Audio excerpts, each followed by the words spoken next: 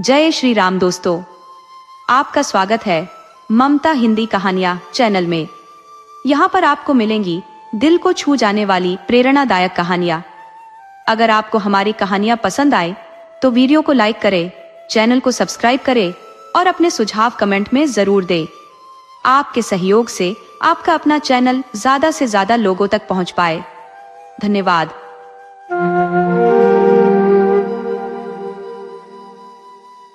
पंडित मोतीराम शास्त्री ने कमरे में कदम रखते ही अपने विशाल पेट पर हाथ फिराते हुए पंचम स्वर में यह श्लोक गुनगुनाया। अजगर करे न चाकरी, पंछी करे न काम, दास मलुका कह गए, सबके दाता राम। सोना ने चेहरे पर उल्लास भरते हुए पूछा, कोई खास खबर है क्या जो इतने प्रसन्न दिख रहे हो? मोतीराम ने अपनी चिर परिचित शैली में बोलते हुए कहा, खबर नहीं, जीत की हुंकार समझो। आज ऐसा हाथ मारा है कि चारों ओर वाहवाही होगी। पूरे घर का निमंत्रण है, पूरे घर का। ऐसा जादू चलाऊंगा कि सब देखते रह जाएंगे। पेट महाराज अभी से बगावत पर उतारू है। सोना ने व्यंग्यात्मक लहजे में कहा, देखो कहीं पहले की तरह इस बार भी धोखा ना हो जाए। पक्का इंतजाम कर लिया है ना? मोतीराम ने अपनी मूंछों को ताव देते हुए जवाब दिया। अरे ऐसा अपशकुन मुंह से न निकालो। बड़े जब तब के बाद ये शुभ घड़ी आई है। जो भी तैयारियां करनी हो जल्दी कर लो। सोना ने मुस्कुराते हुए कहा, वो तो कर ही लूंगी। क्या मुझे इतना भी नहीं आता? उम्र भर सिर्फ घास ही थोड़े खोदी है। पर ये बताओ, सच में पूरे घर का है ना? मोतीराम ने थोड़ा गंभीर होकर कहा। अब और कैसे समझाऊं? पूरे घर भर का मतलब पूरे घर भर का। अगर इतना सरल अर्थ भी नहीं समझ पा रही हो तो मुझसे पूछ लो। विद्वानों की बातें समझना हर किसी के बस की बात नहीं। थोड़ी देर रुककर उन्होंने फिर कहा, मुरादापुर की रानी साहिबा 7 ब्राह्मणों को इच्छा पूर्ति भोज देना चाहती है। अब ये तय करना मेरा काम है कि कौन कौन साथ जाएगा। हमारे घर में ही अलगू राम, बेनी राम, छेदी राम, भवानी राम, फेकू राम और मैं यानी मोतीराम शास्त्री पहले से मौजूद है। ऐसे में बाहर से ब्राह्मण ढूंढने की जरूरत ही क्या है? सोना ने चुटकी ली।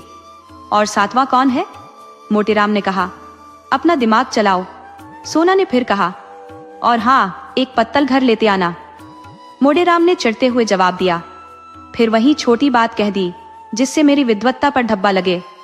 छे पत्तल घर लाऊं? जजमान के घर बैठकर खाने का जो स्वाद है वो कहीं और नहीं मिलता।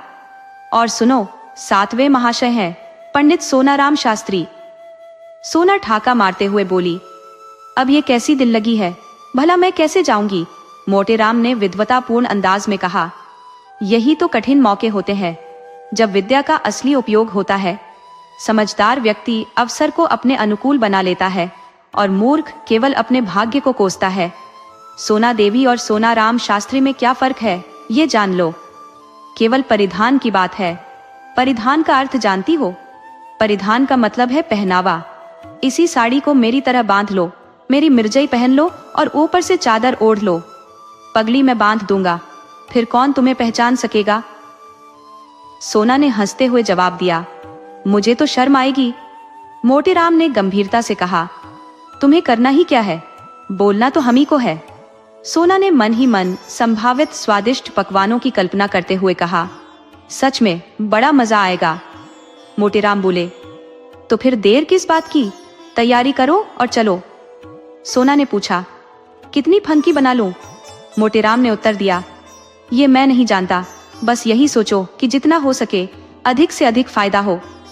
अचानक सोना देवी को कुछ याद आ गया। उन्होंने कहा, अच्छा, इन बिच्छुओं का क्या करूंगी? मोतीराम ने थोड़ी खींच के साथ कहा, इन्हें उतार कर रख दो। और क्या? सोना बोली, हाँ जी, क्यों नहीं, उतार कर रख दूंगी। मोतीराम ने तीखे स्वर में कहा, तो क्या तुम्हारे बिछुए पहने रहने से ही मैं जिंदा हूं? मेरी जिंदगी पौष्टिक भोजन से चलती है, न कि तुम्हारे बिछुओं के पुण्य से।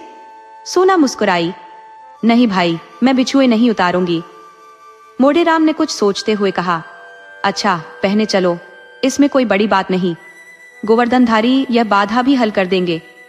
बस पैरों में कुछ कपड़े लपेट लेना। मैं कह दूंगा कि इन पंडित जी को हाथी पांव हो गया है।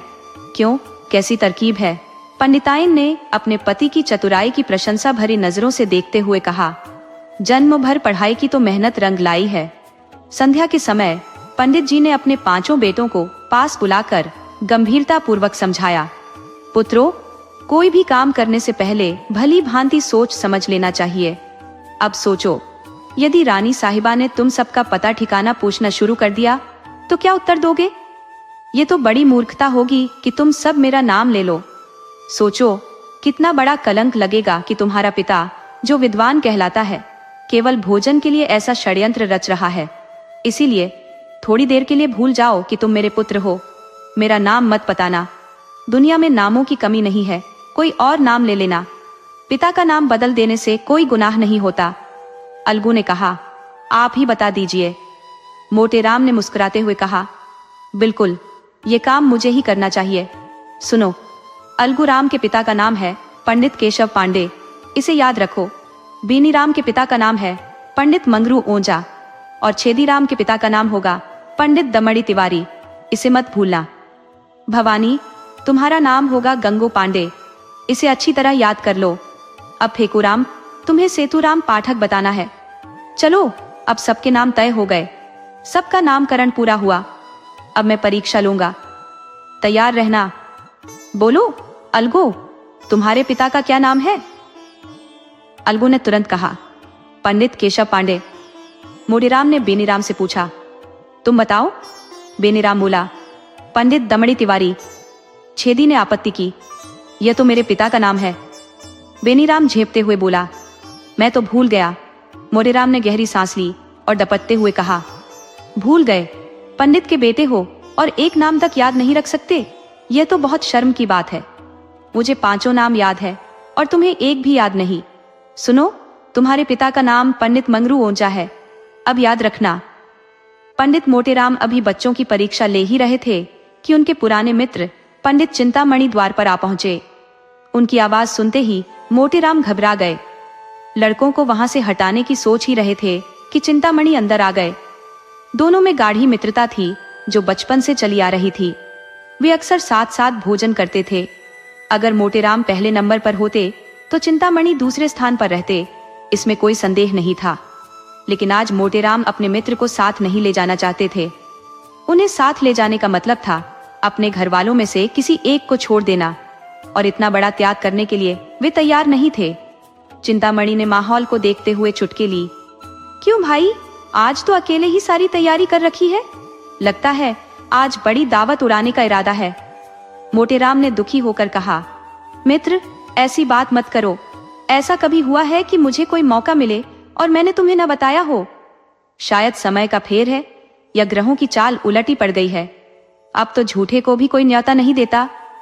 चिंतामणि ने शक भरे स्वर में कहा, कोई न कोई बात तो है ही, नहीं तो ये बच्चे यहाँ क्यों जमा है? मोटेराम बोले, तुम्हारी यही बातें मुझे चिढ़ाती हैं। लड़कों की परीक्षा ले रहा हूँ, ब्राह्मण के लड़के हैं, 4 अक्षर पढ़े बिना इनकी पूछ कौन करेगा? चिंतामणि को अभी भी विश्वास नहीं हुआ। उन्होंने सोचा, बच्चों से ही असलियत पता चल सकती है। सबसे छोटे फेकूराम से पूछा, क्या पढ़ रहे हो बेटा, हमें भी सुनाओ। मोटेराम ने फेकूराम को बोलने का मौका नहीं दिया। डर था कि वह सब पोल खोल देगा। उन्होंने कहा, अभी यह क्या पढ़ेगा, दिन भर तो खेलता रहता है। फेकूराम ने भी राहत की सांस ली।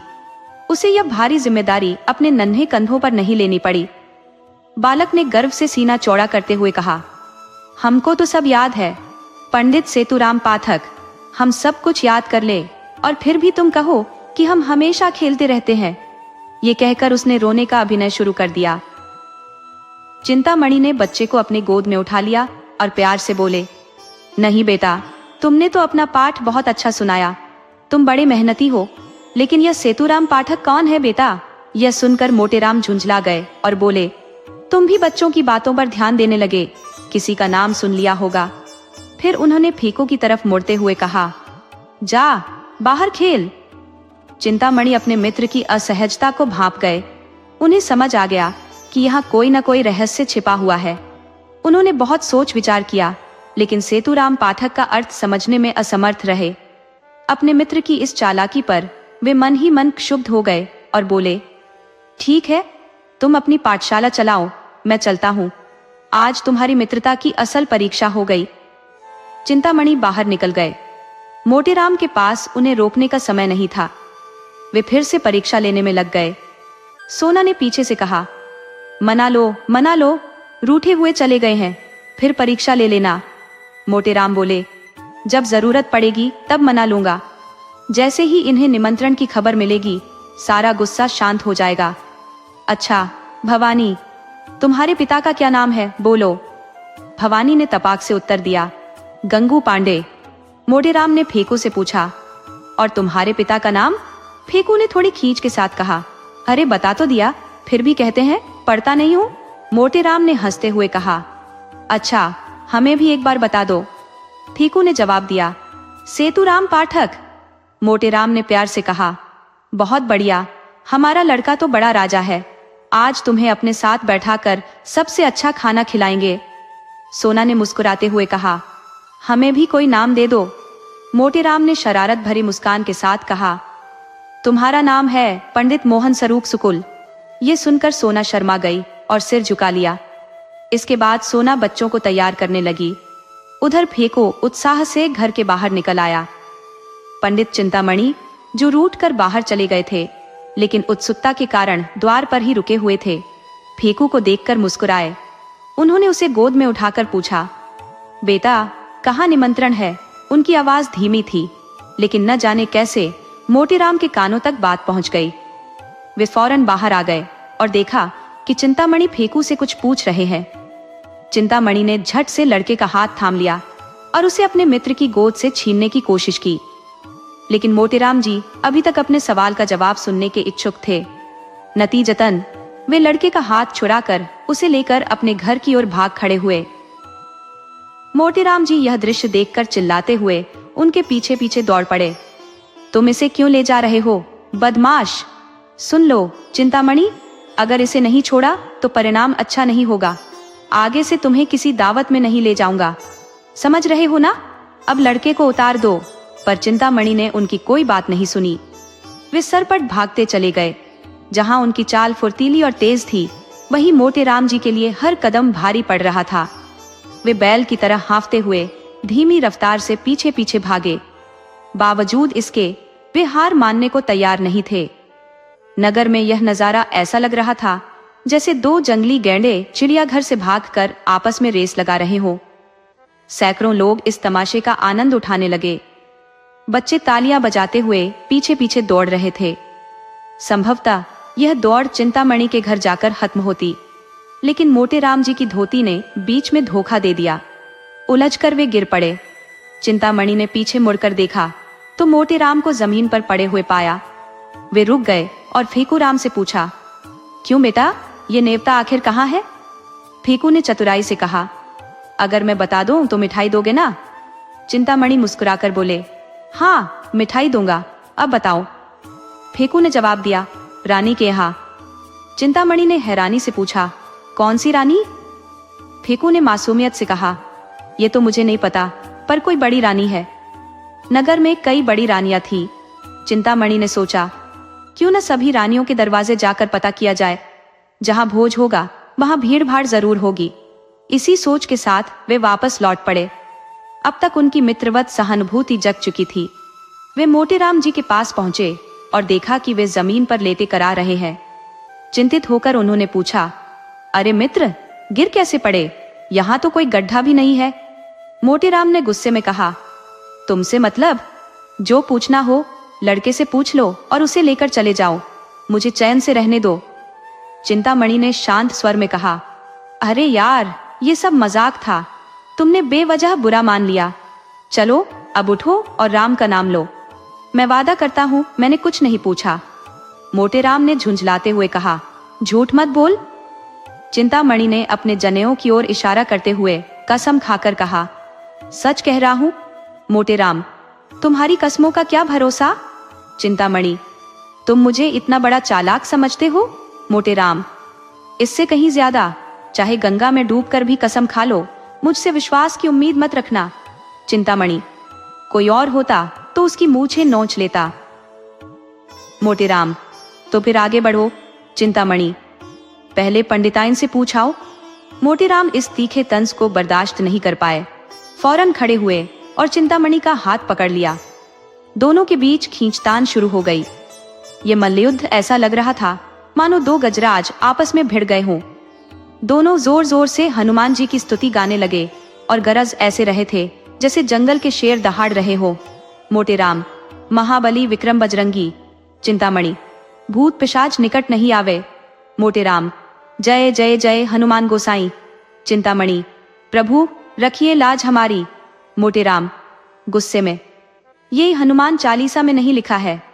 चिंतामणि, ये मेरी अपनी रचना है, तुम्हारी तरह रटंत विद्या का सहारा नहीं लेता, जितना कहोगे उतना लिख दूंगा। मोटे राम, अबे अगर हम लिखने पर आए तो एक दिन में लाखों स्तुतियां रच डालें, पर इतना समय किसके पास है। अब मल्लयुद्ध एक गंभीर वाकयुद्ध में बदल चुका था। दोनों अपने अपने लेखन कौशल की डींगे हाँकने में मशगूल थे। यह बहस विद्वानों के लिए सम्मानजनक भी लग रही थी। इतने में किसी ने चिंतामणि के घर जाकर खबर दी कि पंडित मोटेराम और चिंतामणि में जबरदस्त लड़ाई चल रही है। चिंतामणि के घर में पहले से ही हलचल मच गई। पंडित चिंतामणि 3 पत्नियों के पति थे। एक सम्मानित ब्राह्मण जिनकी विद्वता दूर दूर तक मशहूर थी। उनकी 3 पत्नियां पूरे मोहल्ले में खौफ का पर्याय थी। पंडित जी ने उन्हें बड़े ही मजेदार नाम दिए थे। बड़ी को अमृति, मंझली को गुलाब जामुन और छोटी को मोहन भोग। पर मोहल्ले वालों के लिए वे त्रैताप से कम न थी। घर में अक्सर आंसुओं की गंगा बहती थी। पंडित जी ने कभी खून की नदियां नहीं बहाई, लेकिन शब्दों के बाण जरूर छोड़े। संकट के समय ये तीनों महिलाएं एकजुट हो जाती थी। जब उन्हें पता चला कि पंडित चिंतामणि संकट में है, तो वे त्रिदोष की तरह कुपित होकर मोर्चा संभालने के लिए तैयार हो गईं। घर से निकली तीनों में से जो अपेक्षाकृत पतली थी, वह सबसे पहले रणभूमि में पहुंची। पंडित मोटेराम ने जब उसे आते देखा तो समझ गए कि अब हालात बिगड़ने वाले हैं। वह फौरन अपना हाथ छुड़ाकर भाग निकले और पलटकर देखने की हिम्मत भी नहीं की। चिंतामणि ने पीछे से खूब ललकारा, लेकिन मोटेराम के कदम रुकने का नाम नहीं ले रहे थे। चिंतामणि, अरे भाग क्यों रही हो? ठहरो, कुछ स्वाद तो चखते जाओ। मोटेराम, भाई हार गया, मैं हार गया। चिंतामणि, अरे थोड़ी दक्षिणा तो लेते जाओ। भागते भागते मोटेराम बोले, दया करो भाई, बस दया करो। रात के 8 बजने तक मोटेराम ने स्नान और पूजा निपटाई और कहा, अब और देर नहीं करनी चाहिए। फंकी तैयार है ना? सोना, फंकी लेकर तो कब से बैठी हूँ, तुम्हें तो जैसे कोई सुध ही नहीं रहती। रात भर पूजा में मग्न रहते हो, ये भी कोई बात है? मोटेराम, मैं तुमसे कितनी बार कह चुका हूँ कि मेरे कामों में दखल मत दो। तुम नहीं समझ सकती कि देर से जाने का क्या मतलब होता है। अगर जल्दी पहुंच जाए तो लोग सोचते हैं कि लोभी है, भूखे भिखारी। इसलिए समझदार लोग थोड़ी देर करते हैं, ताकि यजमान सोचे कि पंडित जी इतने व्यस्त हैं कि भूल गए। और जब बुलाने कोई आदमी आता है, तभी जाने का असली मान होता है। समझी? अब थोड़ा फंकी दे दो। बच्चों को खिला दिया है ना? सोना, बच्चों को तो शाम को ही खिला दिया था। मोटेराम, कोई सोया तो नहीं? सोना, आज कौन सोएगा? सब भूख से चिल्ला रहे थे। 1 पैसे का चबेना मंगवा दिया था, सब छत पर खा रहे हैं। सुन रहे हो ना? ऊपर मारपीट मची हुई है। मोटेराम ने गुस्से में दांत पीसते हुए कहा, जी चाहता है तुम्हारी गर्दन मरोड़ दूं। इस समय चबेना मंगाने की क्या जरूरत थी? अब चबेना खा लेंगे तो वहां क्या खाएंगे? अरे बुद्धि का इतना भी इस्तेमाल नहीं करती। सोना ने झिझकते हुए कहा, गलती हो गई, लेकिन सब इतने कोहराम मचा रहे थे कि और कुछ सूझा ही नहीं। मोटेराम, रोने देती, रोने से भूख और बढ़ जाती। तुम्हारी हरकतों से तो आदमी शर्मिंदा हो जाए। तभी बाहर से आवाज आई, पंडित जी, महारानी बुला रही है, जल्दी चलिए और सबको साथ ले लीजिए। मोटेराम ने गर्व से पत्नी की ओर देखा और बोले, देखा, इसे कहते हैं बुलावा। अब चलने की तैयारी करो। पंडित जी बाहर आए और उस आदमी से बोले, अरे तुम बस एक पल और ना आते तो मैं कथा सुनाने चला गया होता। मुझे तो बिल्कुल याद नहीं था। चलो अब जल्दी से चलते हैं। जैसे तैसे 9 बजने तक पंडित मोटेराम अपने बच्चों के साथ रानी साहब के दरवाजे पर पहुंच गए। रानी साहब एक दमदार और प्रभावशाली महिला थी। वो इस वक्त एक गद्देदार तकिए के सहारे तख्त पर बैठी हुई थी और उनके पीछे 2 आदमी हाथ बांधे खड़े थे। बिजली का पंखा चल रहा था। पंडित जी को देखते ही रानी साहब तख्त से उठी, उनके पैर छुए और उनके साथ आए बच्चों को देखकर हंसते हुए बोली, अरे ये बच्चों को आप कहां से पकड़ लाए? पंडित मोटेराम बोले, क्या करता सरकार, सारा नगर छान मारा लेकिन किसी पंडित ने आने को तैयार नहीं हुआ। कोई किसी के यहाँ दावत में गया है तो कोई कहीं और। तब मैं बड़ा परेशान हो गया। आखिरकार मैंने कहा, आप लोग नहीं आएंगे तो हरी इच्छा, लेकिन कम से कम मुझे शर्मिंदा न करें। तब हर घर से जैसे तैसे जो बालक मिला उसे पकड़ लाया। क्यों फेकूराम, तुम्हारे पिताजी का क्या नाम है? फेकूराम ने गर्व से जवाब दिया, पंडित सेतुराम पाठक। रानी साहब मुस्कुराकर बोली, अरे ये बालक तो बड़ा होनहार है। बाकी बच्चे भी बेचैन हो उठे कि उनकी भी तारीफ हो, लेकिन जब पंडित जी ने उनसे कुछ नहीं पूछा और रानी ने सिर्फ फेकूराम की तारीफ की तो बाकी बच्चे अधीर हो गए। भवानी ने तुरंत कहा, मेरे पिता का नाम है पंडित गंगू पांडे। छेदी ने जोड़ा, मेरे पिता का नाम है दमड़ी तिवारी। बेनीराम ने कहा, मेरे पिता का नाम पंडित मंगरू ओझा है। लेकिन अलगूराम समझदार था, वह चुपचाप खड़ा रहा। रानी साहब ने उससे पूछा, और तुम्हारे पिता का क्या नाम है बेटा? अलगूराम को उस वक्त कुछ सूझा ही नहीं, वह घबरा गया। पंडित मोटेराम ने उसकी तरफ गुस्से से देखा तो अलगूराम का और भी सारा होश ठिकाने से गायब हो गया। फेकूराम ने कहा, हम बता दें, भैया भूल गए।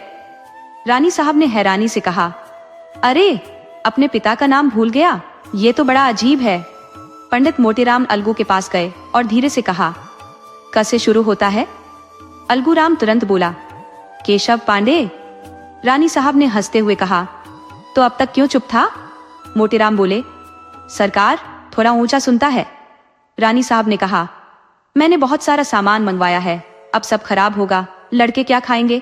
मोटेराम बोले, सरकार इन्हें बच्चे मत समझे, इनमें जो सबसे छोटा है वो भी 2 पत्तल खाकर उठेगा। जब पत्तलें सामने रख दी गई और भंडारी ने चांदी की थालों में एक से बढ़कर एक लजीज पकवान परोसने शुरू किए तो पंडित मोटेराम की आंखें चमक उठी। हालांकि उन्हें हर दूसरे दिन किसी न किसी भोज का निमंत्रण मिलता था, लेकिन ऐसे लाजवाब व्यंजन पहले कभी न देखे थे। घी की सोंधी महक उनकी नथुनों से टकरा रही थी, जैसे यह किसी दूसरे लोक का स्वाद हो। हर व्यंजन से केवड़े और गुलाब की हल्की हल्की खुशबू निकल रही थी। हर चीज घी में लथपथ थी। पंडित जी मन ही मन सोचने लगे, ऐसे पकवानों से कोई कैसे तृप्त हो सकता है? चाहे पेट भर जाए, मन नहीं भरेगा। देवता भी इससे बेहतर भला और क्या खाएंगे? इन व्यंजनों से बेहतर चीज तो सपने में भी नहीं सोची जा सकती। इस समय उन्हें अपने जिगरी दोस्त पंडित चिंतामणि की याद आई। अगर वो यहाँ होते तो मजा दोगुना हो जाता। उनके बिना यह भोज अधूरा लगेगा। किससे ठिठोली करूंगा? ये लड़के 2-2 पत्तलें चट कर जाएंगे, लेकिन वो रस कहाँ आएगा? सोना भी कुछ देर तक मेरा साथ देगी, लेकिन आखिर कब तक? चिंतामणि होते तो हम दोनों एक दूसरे को चुनौती देते और उस जोश में पत्तलों की गिनती तक भूल जाते। हमारी देखा देखी लड़के भी पूरी ताकत लगा देते। ओह, बड़ी गलती हो गई, मुझे पहले यह ख्याल क्यों नहीं आया? ये सोचकर पंडित मोटेराम तुरंत उठ खड़े हुए और रानी साहब से बोले, सरकार अगर अनुमति हो तो एक बात कहूं। रानी साहब ने मुस्कुराते हुए कहा, बिल्कुल महाराज, क्या किसी चीज की कमी रह गई है? पंडित जी बोले, नहीं सरकार, ऐसा कुछ भी नहीं है। आपके द्वारा परोसे गए व्यंजन तो अद्वितीय है, पूरे नगर में आपकी प्रशंसा होगी।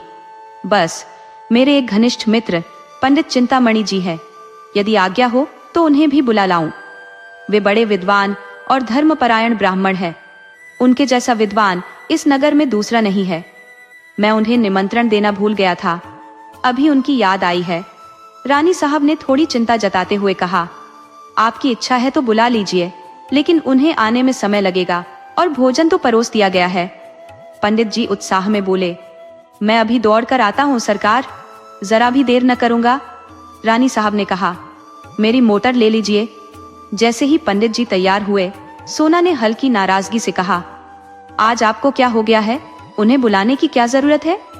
पंडित जी मुस्कुराए और बोले, अरे कोई ताकतवर साथी भी तो चाहिए। सोना ने तपाक से कहा, क्या मैं तुम्हारे लिए काफी नहीं हूँ?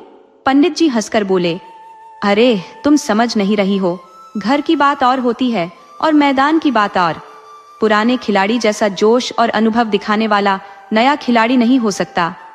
वहां ताकत से ज्यादा हिम्मत की जरूरत होती है। बस यहाँ भी वही समझो, झंडे गाड़ दूंगा, देख लेना। सोना, कहीं लड़के सो गए तो मोटे और भूख तेज हो जाएगी, जगह तो मैं लूंगा। सोना, देख लेना, आज वह तुम्हें मात देगा। उसके पेट में तो जैसे भूख का कोई पटारा है। मोटे, बुद्धि का हर जगह वर्चस्व होता है। ऐसा मत सोचो कि खाना खाने में कोई विद्या नहीं होती, इसका भी एक शास्त्र है। मथुरा के शनिचरानंद महाराज ने इसे लिखा है। चतुर व्यक्ति कम जगह में गृहस्थी का सारा सामान व्यवस्थित कर सकता है, जबकि अनाड़ी आदमी ढेर सारी जगह लेकर भी सोचता रह जाता है कि क्या कहाँ रखे। गंवार इंसान पहले ही हड़बड़ाहट में खाने बैठता है और तुरंत एक लौटा पानी पीकर ठस हो जाता है, लेकिन चतुराई से खाने वाला इंसान धीरज से खाता है। उसे निवाला नीचे उतारने के लिए पानी की जरूरत नहीं पड़ती। धीमे धीमे खाने से खाना सुपाच्य भी हो जाता है। चिंतामणि, मेरे सामने क्या टिकेगा। इधर चिंतामणि अपने आंगन में उदासी में डूबे बैठे थे। जिस व्यक्ति को उन्होंने अपना परम मित्र माना था, जिसके लिए वे अपने प्राण तक अर्पित करने को तैयार रहते थे, उसी ने आज ऐसा विश्वासघात किया। विश्वासघात भी ऐसा कि उन्हें पूरी तरह उपेक्षित कर दिया। पंडित मोटेराम के घर से कुछ घटता तो नहीं था। अगर वे उन्हें साथ ले जाते तो क्या रानी साहब बुरा मान जाती।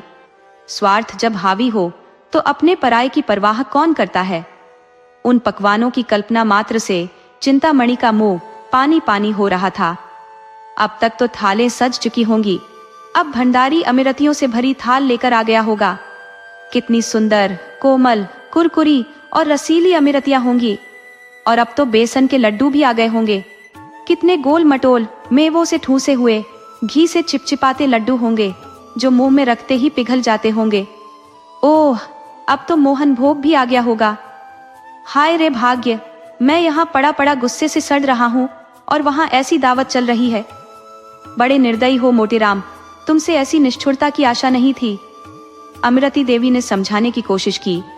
तुम इतना हताश क्यों हो रहे हो, पितृपक्ष आने ही वाला है, ऐसे न जाने कितने अवसर मिलेंगे। चिंतामणि झुंझलाकर बोले, आज तो सुबह किसी मनहूस का मुंह देखकर उठा था। लाओ तो पतरा, देखो आज का समय कैसा है। अब मुझसे इंतजार नहीं होता, सारा नगर छान मारूंगा, कहीं तो उनका सुराग मिलेगा। मेरी नासिका भी दाहिनी दिशा में चल रही है। अचानक मोटर की आवाज ने सन्नाटा तोड़ा। मोटर की बत्ती से पूरे आंगन में उजाला हो गया। खिड़की से झांकते हुए उन्होंने देखा कि मोटेराम मोटर से उतर रहे हैं। एक गहरी सांस लेकर चारपाई पर जैसे ढह पड़े। मन ही मन बुदबुदाए, यह नालायक भोजन करके अब यह मेरी नाक रगड़ने आ रहा है। अमिरति देवी ने खींच कर पूछा, कौन है इतनी रात गए दरवाजा पीट रहा है। मोटे, हम हैं हम, गाली मत देना। अमिरति, अरे हट मुंह जौ से, तू कौन है। कहते हैं हम हैं हम, कौन जाने तू कौन है। मोटे, अरे मेरी आवाज भी नहीं पहचानती क्या, हम हैं तुम्हारे देवर। अमिरति, दूर हट, तेरा मुंह जल जाए, देवर बनता है, चल हट। मोटे, अरे हम हैं मोटेराम शास्त्री, क्या इतनी भी पहचान नहीं रही हो। चिंतामणि जी घर में है क्या। अमिरति ने झल्लाते हुए किवाड़ खोल दिया और व्यंग्य में बोली, अरे तुम थे तो पहले क्यों नहीं बताया। जब गालियों का पूरा थैला खा लिया तब बोल रहे हो। बोलो अब क्या है। मोटे, कुछ नहीं, चिंतामणि जी को अच्छी खबर देने आया हूँ, रानी साहब ने उन्हें याद किया है। अमिरति, खाने के बाद बुलाने का क्या मतलब है। मोटे, अभी भोजन कहाँ हुआ है। मैंने जब उनकी विद्या, कर्मठता और सच्चाई की तारीफ की तो रानी साहब मोहित हो गई। उन्होंने कहा, उन्हें मोटर पर लेकर आओ। क्या सो गए हैं। चिंतामणि जी चारपाई पर लेटे सब सुन रहे थे। मन में आया कि दौड़कर मोटेराम के पैरों पर गिर पड़े। अब तक जो भी कटु विचार उनके मन में थे सब धुल गए। एक गहरी ग्लानि महसूस हुई, आंसू बहने लगे। मोटेराम पास आकर बोले, अरे भाई आते हो या बस सोए रहोगे। चिंतामणि कराहते हुए बोले, पहले क्यों नहीं ले गए, अब जब मेरी हालत खस्ता हो गई तब आए हो, पीठ में अभी तक दर्द है। मोटे, अरे मैं तुम्हें ऐसा खाना खिलाऊंगा कि सारा दर्द छू मंत्र हो जाएगा। तुम्हारे यजमान भी ऐसे पकवानों का स्वाद नहीं चख पाए होंगे। आज मैं तुम्हें पछाड़ दूंगा। चिंतामणि, तुम बेचारे मुझे क्या पछाड़ोगे? सारा शहर छान लो, ऐसा कोई नहीं जो मेरे मुकाबले ठहरे। मुझे तो शनिचर महाराज का आशीर्वाद है। मोटे, अरे यहाँ बरसों की साधना है हमारी। ऐसे भंडारे साफ कर देते हैं कि इच्छा फिर भी बनी रहती है। खाना खाकर खड़े तक नहीं हो सकते, गाड़ी में लद कर आते हैं। चिंतामणि, तो इसमें कौन सी बड़ी बात है? यहाँ तो लोग मुझे टोकरी पर लाद कर लाते हैं। डकारें ऐसी लेते हैं जैसे बम फट रहा हो। एक बार तो खुफिया पुलिस ने बम फटने के डर से घर की तलाशी तक ले ली थी। मोटे, अरे झूठ मत बोलो, कोई इस तरह से डकार नहीं ले सकता। चिंता, अच्छा तो खुद आकर देख लो, डर कर भाग मत जाना बस। कुछ ही पल में दोनों मित्र मोटर पर सवार हो गए और गाड़ी चल पड़ी। रास्ते में पंडित चिंतामणि के मन में यह शंका उठी कि कहीं ऐसा न हो कि मुझे पंडित मोतीराम का पिछलग्गू मान लिया जाए और मेरा उचित सम्मान न हो। उधर पंडित मोतीराम को यह डर सताने लगा कि कहीं यह महाशय मेरे प्रतिद्वंद्वी न बन जाए और रानी साहब पर अपना प्रभाव न जमा ले। दोनों अपनी अपनी चालें सोचने में मशगूल थे। जैसे ही मोटर रानी साहब के भवन पर पहुंची, दोनों उतरे। अब मोटेराम की इच्छा थी कि पहले वे रानी के पास पहुंचकर यह कह दे कि पंडित को ले आया हूं। वहीं चिंतामणि सोच रहे थे कि पहले पहुंचकर रानी साहब पर अपनी छाप छोड़ दे। दोनों ने तेज कदमों से चलना शुरू किया। क्योंकि चिंतामणि हल्के फुल्के थे, वे थोड़ा आगे निकल गए। ये देखकर मोटेराम दौड़ने लगे। चिंतामणि ने भी अपनी गति बढ़ा दी। देखते ही देखते ये एक घुड़दौड़ का दृश्य बन गया। ऐसा लग रहा था मानो दो गैंडे आपस में होड़ कर रहे हों। अंत में मोटेराम हांफते हुए बोले, राजसभा में दौड़कर पहुंचना शोभा नहीं देता। चिंता, तो तुम धीरे धीरे आओ, कौन कह रहा है दौड़ने को? मोटे, जरा रुक जाओ, मेरे पैर में कांटा चुभ गया है। चिंता, तो निकाल लो कांटा, मैं तब तक आगे बढ़ता हूं। मोटे, मैं ना होता तो रानी तुम्हें पूछती भी नहीं। मोटेराम ने तरह तरह के बहाने बनाए, लेकिन चिंतामणि ने एक भी न सुनी। भवन के भीतर पहुंचने पर देखा कि रानी साहब कुछ लिख रही थी और बार बार द्वार की ओर देख रही थी। तभी पंडित चिंतामणि उनके सामने जा खड़े हुए और बोल पड़े, हे यशोदे, तू बालकेशव मुरार नामा। रानी, यह क्या? साफ साफ कहो। चिंता, सरकार को आशीर्वाद देने आया हूं। आपने इस दास चिंतामणि को बुलाकर जो कृपा की है, उसका वर्णन तो सहस्त्र जिह्वाओं वाला शेषनाग भी नहीं कर सकता। रानी, तुम ही चिंतामणि हो? और पंडित मोतीराम शास्त्री कहाँ है? चिंता, वे पीछे आ रहे हैं सरकार। मेरे बराबर कौन आ सकता है भला? वह तो मेरा शिष्य है। रानी, अच्छा, तो वे आपके शिष्य हैं?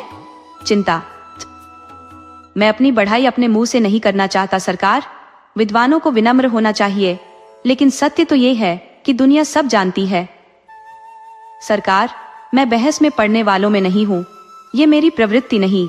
मेरे शिष्य अक्सर गुरु बनने की कोशिश करते हैं, लेकिन मैं मौन साधे रहता हूँ। जो हकीकत है वह सबको मालूम है। इतने में पंडित मोटेराम लड़खड़ाते और हांफते हुए वहां आ पहुंचे। उन्होंने देखा कि चिंतामणि बड़े ही शांत और गरिमामय ढंग से खड़े हैं। यह देख मोटेराम भी एक आदर्श साधु की भांति स्थिर हो गए। रानी, पंडित चिंतामणि न केवल सरल स्वभाव के हैं, बल्कि महान विद्वान भी हैं। आप उनके शिष्य हैं, फिर भी वे आपको अपना शिष्य नहीं मानते। मोटे, सरकार, मैं तो इनका दास हूँ, पूर्णतः समर्पित। चिंता, जगतारिणी, मैं तो इनका चरण धूलि मात्र हूँ। मोटे, रिपुदल संहारिणी, मैं तो इनके द्वार का कुत्ता हूँ।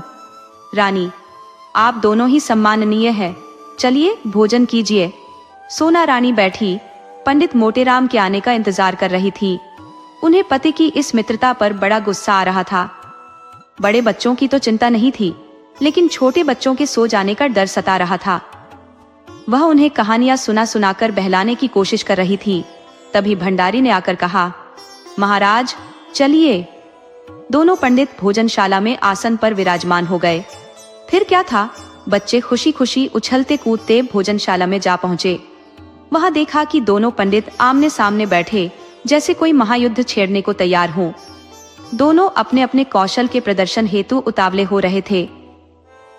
चिंता। भंडारी जी, तुम परोसने में इतनी देर क्यों करते हो? क्या भीतर जाकर सोने लगते हो? भंडारी। अरे चुपचाप बैठे रहो, जो कुछ होगा सब आ जाएगा। क्यों बेचैन होते हो? तुम्हारे अलावा और भी लोग हैं यहाँ? मोटे। भाई, भोजन से पहले थोड़ा इसकी खुशबू का आनंद तो लो।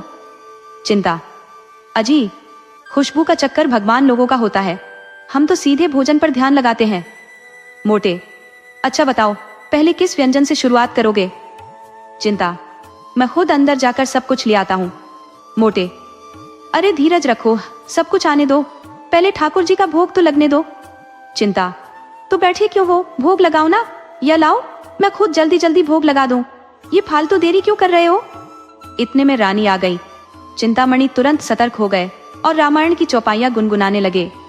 रहा एक दिन अवध अधारा, समुजत मन दुख भयु अपारा, कौशलेश दशरथ के जाए, हम पितु बचन माने बनाए।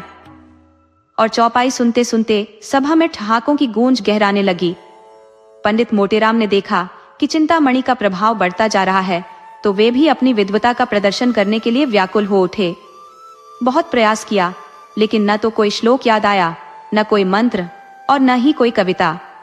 आखिरकार उन्होंने सीधे सीधे राम नाम का जाप शुरू कर दिया। राम भज, राम भज, राम भज रे मन। इतने ऊंचे स्वर में जाप किया कि चिंतामणि को भी अपने स्वर को ऊंचा करना पड़ा। मोटेराम ने और जोर से आवाज लगानी शुरू कर दी। तभी भंडारी ने आकर कहा, महाराज अब भोग लगाइए। ये सुनकर उनकी प्रतियोगिता समाप्त हुई। भोग की तैयारी शुरू हुई। बाल वृंद सजग हो गया। किसी ने घंटी पकड़ ली, किसी ने घड़ियाल, किसी ने शंख और किसी ने करताल। चिंतामणि ने आरती की थाली उठा ली। मोटेराम यह देखकर खिन्न हो गए। वे सोच रहे थे कि रानी के पास जाने का यह मौका उनके हाथ से निकल गया, परंतु किसे मालूम था कि विधाता ने कुछ और ही लीला रच रखी है। जैसे ही आरती समाप्त हुई और भोजन शुरू होने को था, तभी एक कुत्ता न जाने कहां से आ गया। पंडित चिंतामणि के हाथ से लड्डू थाल में गिर पड़ा। यह देख मोटेराम सन्न रह गए। सर्वनाश! चिंतामणि ने मोटेराम की ओर देखा और संकेत में कहा, अब क्या करोगे मित्र? या तो हालात बेकाबू हो गए। मोटेराम ने गहरी सांस लेकर कहा, अब क्या किया जा सकता है? ये अभागा कुत्ता आया कहां से? रानी पास खड़ी थी। उन्होंने कहा, अरे ये कुत्ता यहाँ कैसे आ गया? ये तो हमेशा बंधा रहता था, आज कैसे छूट गया? अब तो पूरी रसोई भ्रष्ट हो गई। चिंतामणि, सरकार, शास्त्रों में इसके विषय में। मोटेराम, कोई दिक्कत नहीं है सरकार, कोई बड़ी बात नहीं। सोना, भाग्य फूट गया, आधी रात तक देखते देखते ये विपत्ति आ पड़ी। चिंतामणि, सरकार, स्वान के मुख में अमृत। मोटेराम, तो अब अनुमति हो तो चले। रानी, हाँ और क्या, मुझे बहुत दुख है कि इस कुत्ते ने इतना बड़ा अनर्थ कर दिया। टॉमी, तुम बड़े गुस्ताख हो गए हो। भंडारी, ये थालियां उठाकर मेहतर को दे दो। चिंतामणि, सोना से सीना फटा जा रहा है। सोना को बच्चों पर दया आ रही थी। बेचारे इतनी देर से देवताओं जैसा धैर्य दिखा रहे थे। अगर उनके बस में होता तो कुत्ते का गला घोंट देती। उन्होंने कहा, बच्चों का तो कोई दोष नहीं है, इन्हें क्यों नहीं खिला देते कोई? चिंतामणि, मोटेराम बड़ा ही धूर्त निकला, इसकी अक्ल पूरी तरह भ्रष्ट हो गई है। सोना, ऐसे तो बड़े पंडित बने घूमते हैं, अब क्यों कुछ बोलते नहीं? मुंह में दही जमा है क्या? जुबान क्यों नहीं खुल रही? चिंता, सच कह रहा हूं, अगर मौका मिलता तो रानी को चकमा देकर निकल जाता। उस अभागे के कारण पूरा खेल बिगड़ गया। सारी इच्छाएं मन में ही रह गईं। ऐसे मौके फिर कहां मिलेंगे? सोना, सारी मर्दानगी घर में ही दिखाते हो, बाहर तो जैसे पानी उतर जाता है।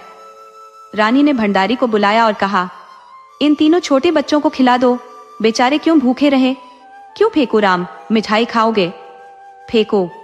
हाँ, हम तो इसी उम्मीद से आए हैं। रानी, कितनी मिठाई खाओगे? फेंको, हाथ से इशारा करते हुए। बहुत सारी, इतनी? रानी, ठीक है, जितनी खानी है खा लेना, लेकिन जो सवाल पूछूंगी उसका जवाब देना पड़ेगा। बताओगे ना? फेंको। हाँ बताऊंगा, पूछिए। रानी, अगर झूठ बोले तो मिठाई नहीं मिलेगी, समझ गए? फेंको। मत दीजिएगा, मैं झूठ नहीं बोलूंगा। रानी, अपने पिता का नाम बताओ। मोटे, बच्चों को हर वक्त सब बातें याद नहीं रहती, उसने तो आते ही बता दिया था। रानी, मैं फिर पूछ रही हूँ, इसमें आपकी क्या हानि है? चिंता, नाम पूछने में कोई नुकसान नहीं है। मोटे, चुप रहो चिंतामणि, नहीं तो अच्छा नहीं होगा। मेरे गुस्से को तुम जानते नहीं, चुपचाप बैठा हूँ, लेकिन अगर फूट पड़ा तो भागने की नौबत आएगी। रानी, आप बेवजह इतना क्रोध क्यों कर रहे हैं? फेकुराम, जवाब दो, वरना मिठाई नहीं मिलेगी। चिंता, महारानी तुम्हारे ऊपर इतनी कृपा कर रही हैं बेटा, सच सच बता दो। मोटे, चिंतामणि तुम्हारे दिन खराब आ गए हैं, वह कुछ नहीं बताएगा और तुम बड़े हमदर्द बनने चले हो। सोना, अरे हाँ, बच्चों से ये सब पूछने का क्या मतलब? अगर मिठाई देनी है तो दो, नहीं तो मत दो। ये क्या कि पहले बाप का नाम बताओ तब मिठाई मिलेगी। फेकुराम ने धीरे धीरे कुछ कहा, लेकिन पंडित जी ने इतनी जोर से डांटा कि वह अधूरी बात ही मुंह में रह गई। रानी, उसे डांट क्यों रहे हो? बोलने क्यों नहीं देते? बोलो बेटा। मोटे, आप हमें अपने दरवाजे बुलाकर हमारा अपमान कर रही हैं। चिंता, इसमें अपमान जैसी कोई बात नहीं है भाई। मोटे, अब हम इस घर के दरवाजे पर कदम नहीं रखेंगे, यहाँ शरीफ लोगों का अपमान होता है। अलगू, अगर कहें तो चिंतामणि को एक थप्पड़ जड़ दूं? मोटे, नहीं बेटा, पापियों को सजा देने का काम भगवान का है। चलो यहाँ से चलते हैं, अब भूल कर भी यहाँ नहीं आएंगे। ब्राह्मणों को बुलाकर उनका अपमान करना, तभी तो देश में हर तरफ हंगामा मचा हुआ है। चिंता, मोटेराम, महारानी के सामने तुम्हें ऐसी कड़वी बातें नहीं कहनी चाहिए थी।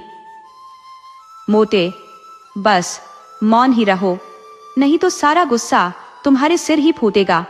माता पिता का कोई अता पता नहीं और यहाँ ब्राह्मण बनने की धुन में हो। तुम्हें कौन कहता है ब्राह्मण? चिंता, जो भी कहना है कह लो।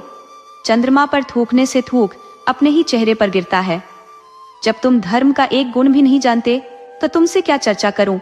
ब्राह्मण को सहनशील होना चाहिए। मोटे, तुम पेट के गुलाम हो, केवल चापलूसी कर रहे हो ताकि कोई थाली भोजन की मिल जाए। यहाँ मर्यादा की बड़ी बात करते हो। चिंता, कहाँ तो भाई, तुम बड़े मैं छोटा, अब और क्या कहूँ? तुम सत्य बोलते होगे। मैं ब्राह्मण नहीं, शूद्र हूँ। रानी, ऐसा मत कहिए चिंतामणि जी। मोटे, गुस्से में, अगर इसका बदला न लिया तो मेरा नाम बदल देना। ये कहते हुए पंडित मोटेराम बच्चों के साथ बाहर चले गए और भाग्य को कोसते हुए अपने घर लौट गए। बार बार पछताते रहे कि आखिर इस दुर्जन चिंतामणि को बुलाने की मूर्खता क्यों की। सोना, सारा भांडा फूटते फूटते बचा। फेकुआ अगर नाम बता देता तो क्या होता? फेंको, और क्या, वह तो सच सच पूछ रही थी। मोटे, चिंतामणि ने अपनी चालाकी दिखा दी, अब वह मजे से भोज करेगा। सोना, तुम्हारी कोई विद्या काम नहीं आई, वह तो सारा खेल जीत गया। मोटे, मैं जानता हूँ, रानी ने जानबूझकर कुत्ते को बुलाया। सोना, मैं तो उसका चेहरा देखते ही समझ गई कि वह हमें पहचान गई है। इधर ये लोग पछताते हुए घर की ओर बढ़ रहे थे, उधर चिंतामणि की 5 अंगुलियां घी में थी। वह आसन पर बैठकर भोज कर रहे थे। रानी अपने हाथों से मिठाइयां परोस रही थी और बातचीत भी चल रही थी। रानी, बड़ा धूर्त है, बच्चों को देखते ही मैंने समझ लिया था। अपनी पत्नी को भेष बदल कर लाया और इसे लज्जा तक नहीं आई। चिंता, वे मुझे कोस रहे होंगे। रानी, मुझसे अकड़ने चला था, मैंने भी उसे कहा था कि बचा, तुझे ऐसी सीख दूंगी जो ताउम्र याद रहेगी। मैंने टामी को बुला लिया। चिंता, सरकार की बुद्धिमानी को प्रणाम है। दोस्तों, आपको कहानी कैसी लगी अपने सुझाव कमेंट करना न भूले। तो चलिए आज की अगली कहानी शुरू करते हैं।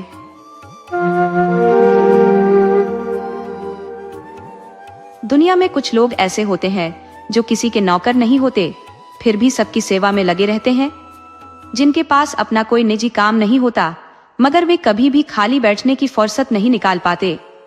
जामिद उन्हीं व्यक्तियों की श्रेणी में आता था। वह पूर्णतः निश्चिंत स्वभाव का था, न किसी से मित्रता करता न किसी से दुश्मनी। जिसने भी उससे थोड़ा मुस्कुराकर बात की, वह उसके लिए बिना कीमत का सेवक बन गया। बेवजह के काम करने में उसे विशेष आनंद आता था। गांव में अगर कोई बीमार पड़ जाता तो वह तुरंत उसकी सेवा के लिए पहुंच जाता, चाहे आधी रात को हकीम के घर दौड़ना पड़े या किसी दुर्लभ जड़ी बूटी के लिए जंगल खंगालना पड़े, वह हर कार्य में तैयार रहता। किसी गरीब पर अत्याचार होते देख वह चुप नहीं रह सकता था, चाहे कोई उसे मारने पर उतर आए, पर वह अन्याय के विरुद्ध आवाज उठाने से पीछे नहीं हटता। इस प्रकार की घटनाएं उसके जीवन में असंख्य बार घटित हो चुकी थी। पुलिस वालों से उसकी खटपट तो आम बात थी। गांव वाले उसे बॉडम समझते थे और कहीं न कहीं यह सही भी था। जो व्यक्ति किसी का बोझ देखकर उसे अपने कंधे पर उठा ले, किसी का छप्पर खड़ा करने या आग बुझाने के लिए मीलों दौड़ जाए, उसे समझदार कौन कहेगा। सच कहे तो उसकी सेवाओं से औरों को भले ही लाभ हो, पर उसका स्वयं का कोई भला नहीं होता था। यहाँ तक कि उसे अपनी रोटी के लिए भी दूसरों पर निर्भर रहना पड़ता था। वह खुद भूखा रहता मगर दूसरों की परेशानियों में डूबा रहता। आखिरकार जब लोगों ने उसे तिरस्कृत किया और समझाया कि वह अपना जीवन व्यर्थ गवा रहा है, तब उसकी समझ में बात आई। उन्होंने कहा, तुम दूसरों के लिए अपनी जान खपाते हो, मगर कोई तुम्हारा नहीं है। अगर तुम बीमार पड़ गए तो एक घूंट पानी देने वाला भी न मिलेगा। जब तक तुम सेवा करते हो, लोग तुम्हें भीख समझकर खाना दे देते हैं, पर जिस दिन कुछ मांगने की नौबत आएगी, कोई तुमसे सीधे मुंह बात भी नहीं करेगा। ये सुनकर जामिद की आंखें खुली। उसके पास अपना कुछ भी नहीं था, न कोई सामान, न कोई साधन। एक दिन उसने अपना सामान समेटा और गांव छोड़ दिया। 2 दिन बाद वह एक बड़े शहर पहुंचा। शहर भव्य था, ऊंचे ऊंचे महल, चौड़ी और स्वच्छ सड़कें, रौनक भरे बाजार, मस्जिदों और मंदिरों की गिनती मकानों से भी अधिक प्रतीत होती थी। गांव में ऐसा कुछ भी नहीं था। वहां लोग एक साधारण चबूतरे पर नमाज पढ़ लेते थे और हिंदू पेड़ के नीचे जल अर्पित कर देते थे। लेकिन यहाँ धर्म और पूजा का ऐसा महात्म्य देखकर जामिद हैरान और प्रसन्न हुआ। उसके मन में धर्म का जितना सम्मान था, उतना किसी सांसारिक वस्तु का नहीं। वह सोचने लगा, ये लोग कितने ईमानदार और सत्यनिष्ठ होंगे। इन लोगों में कितनी करुणा, कितनी समझदारी और कितनी गहरी संवेदनशीलता होगी, तभी तो इन्हें ईश्वर ने इतना सम्मान दिया है। जामिद हर आते जाते व्यक्ति को श्रद्धा भरी दृष्टि से देखता और विनम्रता से सिर झुका देता। यहाँ के लोग उसे किसी देवता के समान लगते थे। घूमते घूमते शाम हो गई। थकावट से चूर होकर वह एक बड़े मंदिर के चबूतरे पर जा बैठा। मंदिर का आकार विशाल था, ऊपर सुनहरे कलश चमचमा रहे थे। मुख्य भवन संगमरमर की सुंदर टाइलों से सुसज्जित था, लेकिन आंगन में जगह जगह गंदगी और गोबर फैला हुआ था। जामिद को गंदगी से बेहद घिन थी। देवालय की यह दशा देखकर उसका मन कसमसाने लगा। उसने चारों तरफ नजर दौड़ाई, शायद कहीं झाड़ू मिल जाए, मगर ऐसा कुछ नहीं मिला। अंत में उसने अपने दामन का सहारा लिया और सफाई में जुट गया। थोड़ी ही देर में श्रद्धालुओं का जमघट लगने लगा। उन्होंने जामिद को चबूतरे की सफाई करते देखा तो आपस में खुसुर फुसुर करने लगे। मुसलमान तो है, शायद मेहतर हो। नहीं, मेहतर अपने कपड़ों से सफाई नहीं करता, कोई सनकी होगा। हो ना हो, उधर का कोई भेदिया है, चेहरे से तो भोला भाला दिखता है। हसन निजामी का कोई शागिर्द होगा। अजी, गोबर के लालच में सफाई कर रहा है, भटियारा जान पड़ता है। एक ने पास आकर पूछा, अरे बे, गोबर तो नहीं ले जाएगा? कहाँ से आया है? जामिद ने सहजता से उत्तर दिया, परदेसी मुसाफिर हूँ मालिक, मुझे गोबर लेकर क्या करना है? ठाकुर जी का मंदिर देखा तो सोचा बैठ जाऊं, दंदगी देखी तो लगा सफाई कर दूं। यहाँ तो धर्मात्मा लोग आते होंगे, उनका ध्यान रखना चाहिए। तू तो मुसलमान है ना? ठाकुर जी तो सबके हैं साहब, क्या हिंदू हो क्या मुसलमान। तू ठाकुर जी को मानता है? जिसने हमें पैदा किया उसे न मानूंगा तो किसे मानूंगा साहब। ये सुन भक्तों में चर्चा शुरू हो गई। देहाती लगता है, पकड़ लो इसे, कहीं भाग न जाए। जामिद को पकड़ लिया गया, लेकिन सेवा सत्कार के साथ उसे रहने के लिए एक हवादार मकान दिया गया। दिन में 2 वक्त बढ़िया भोजन मिलता। 4-5 लोग हमेशा उसके साथ रहते। जामिद को भजन गाने का शौक था और उसकी आवाज में अद्भुत मिठास थी। वह मंदिर में भजन कीर्तन करता और उसका स्वर इतना मधुर था कि लोग खींचे चले आते। भक्तों को विश्वास हो गया कि ये व्यक्ति भगवान का भेजा हुआ वरदान है। एक दिन मंदिर में बड़ा आयोजन हुआ। आंगन में शानदार व्यवस्था की गई। जामिद का सिर मुंडवा दिया गया, उसे नए वस्त्र पहनाए गए। हवन हुआ, और जामिद के हाथों से मिठाई बांटी गई। जामिद अपने मेजबानों की उदारता और उनके धर्मनिष्ठ स्वभाव का और भी अधिक कायल हो गया। ये लोग कितने सज्जन हैं, जो एक बेसहारा परदेसी की इस कदर खातिर कर रहे हैं। यही तो असली धर्म है। जामिद ने अपने जीवन में कभी ऐसा आदर सम्मान नहीं पाया था। वही सादा सा घूमने वाला नौजवान, जिसे लोग पहले अनजान और बॉर्डन समझते थे, आज भक्तों का प्रिय बन गया था। सैकड़ों लोग केवल उसकी एक झलक पाने को उमड़ पड़ते थे। उसकी विद्वता के किस्से चारों तरफ फैल गए थे। अखबारों में छप गया कि एक प्रतिष्ठित मौलवी की शुद्धि हो गई है। लेकिन सरल और सीधा सादा जामिद इस अचानक मिले आदर का राज समझ नहीं पा रहा था। इन धर्मात्मा और संवेदनशील लोगों के लिए वह क्या कुछ न करता। वह रोज पूजा करता, भजन गाता और हर काम में तन मन से जुट जाता। गांव में भी वह सत्यनारायण की कथा में भाग लेता और भजन कीर्तन करता था, मगर वहां उसे कोई खास अहमियत नहीं मिलती थी। यहाँ का माहौल बिल्कुल अलग था। लोग उसे पूछते थे, मानते थे। एक दिन वह भक्तों के साथ बैठा कुरान पढ़ रहा था कि उसकी नजर सड़क पर पड़ी। एक हट्टा कट्टा युवक, जिसने माथे पर तिलक और कंधे पर जनेऊ डाला हुआ था, एक कमजोर और बूढ़े आदमी को बेरहमी से पीट रहा था। बूढ़ा गिड़गिड़ा रहा था, रो रहा था, बार बार उसके पैर पकड़कर माफी मांग रहा था, लेकिन तिलकधारी युवक को कोई रहम न आ रहा था। ये नजारा देखकर जामिद का खून खौल उठा। वह झटपट उठकर बाहर गया और सीधे उस युवक के सामने खड़ा हो गया। क्या कर रहे हो भाई? इस बुढ़े पर क्यों हाथ उठा रहे हो? जरा भी तरस नहीं आता तुम्हें? युवक गुर्रा कर बोला। मारते मारते इसकी हड्डियां तोड़ दूंगा। आखिर इसने ऐसा क्या गुनाह किया है? जामिद ने शांत लेकिन तीखे स्वर में पूछा। इसकी मुर्गी हमारे घर में घुस आई थी और पूरा घर गंदा कर दिया। तो क्या इसने मुर्गी को सिखाया था कि जाओ घर गंदा कराओ? जामिद ने चुभते लहजे में पूछा। बूढ़ा कांपती आवाज में बोला, हुजूर, मैं उसे हमेशा बांध कर रखता हूँ। आज एक गलती हो गई, माफी चाहता हूँ, मगर ये साहब मान ही नहीं रहे। मार मार कर अधमरा कर दिया। युवक फिर चिल्लाया, अभी तो बस शुरुआत है, इसे मिट्टी में गाड़ दूंगा। जामिद ने गुस्से में कहा, मिट्टी में गाड़ोगे तो फिर खुद भी खड़े नहीं रह पाओगे, समझे? अगर दोबारा हाथ उठाया तो अच्छा नहीं होगा। युवक को अपनी ताकत पर घमंड था। उसने फिर से बूढ़े को थप्पड़ मारने के लिए हाथ बढ़ाया, लेकिन जामिद ने बिजली की फुर्ती से उसकी गर्दन पकड़ ली। दोनों में जोरदार कुश्ती होने लगी। जामिद की ताकत भी कम न थी। युवक को जब जमीन पर पटका गया तो वह चित्त होकर गिर पड़ा। उसके गिरते ही मंदिर में तमाशा देख रहे भक्तों की भीड़ दौड़ी और चारों ओर से जामिद पर वार होने लगे। जामिद को समझ नहीं आ रहा था कि ये लोग उस पर हमला क्यों कर रहे हैं। कोई कुछ पूछने का जहमत तक नहीं उठाता। तिलकधारी युवक को सबने माफ कर दिया, लेकिन हर आने वाला जामिद पर अपना गुस्सा उतार रहा था। अंततः वह थक हार कर जमीन पर निढाल हो गया। उसके गिरते ही चारों ओर बातें शुरू हो गई। धोखा दे गया, देखी इसकी जात, इन म्लेच्छों पर कभी भरोसा नहीं करना चाहिए। कौवा आखिर कौवों के ही साथ उड़ता है। इसने हमारे भरोसे का गला घोंट दिया। जब यह यहाँ आया था, इसकी हालत किसी भिखारी से भी बदतर थी। हमने इसे सम्मान दिया, आदमी बनाया, फिर भी इसकी फितरत नहीं बदली। इनकी जात का यही तो चरित्र है। भरोसा करोगे तो पछताओगे। जामिद पूरी रात सड़क के किनारे पड़ा दर्द से कराहता रहा, लेकिन उसे मार खाने का कोई गम नहीं था, क्योंकि ऐसी पीड़ाएं वह पहले भी झेल चुका था। उसे तकलीफ सिर्फ इस बात की थी कि जिन लोगों ने कल तक उसे सिर पर बिठाया था, वही आज उसे जलील करने पर क्यों आमादा हो गए। उनकी वह सज्जनता और उदारता कहाँ खो गई। उसने तो कुछ भी गलत नहीं किया था। उसने वही किया जो किसी भी इंसान को करना चाहिए था। फिर उसके साथ इतना अन्याय क्यों? सारी रात इसी उलझन में बीत गई।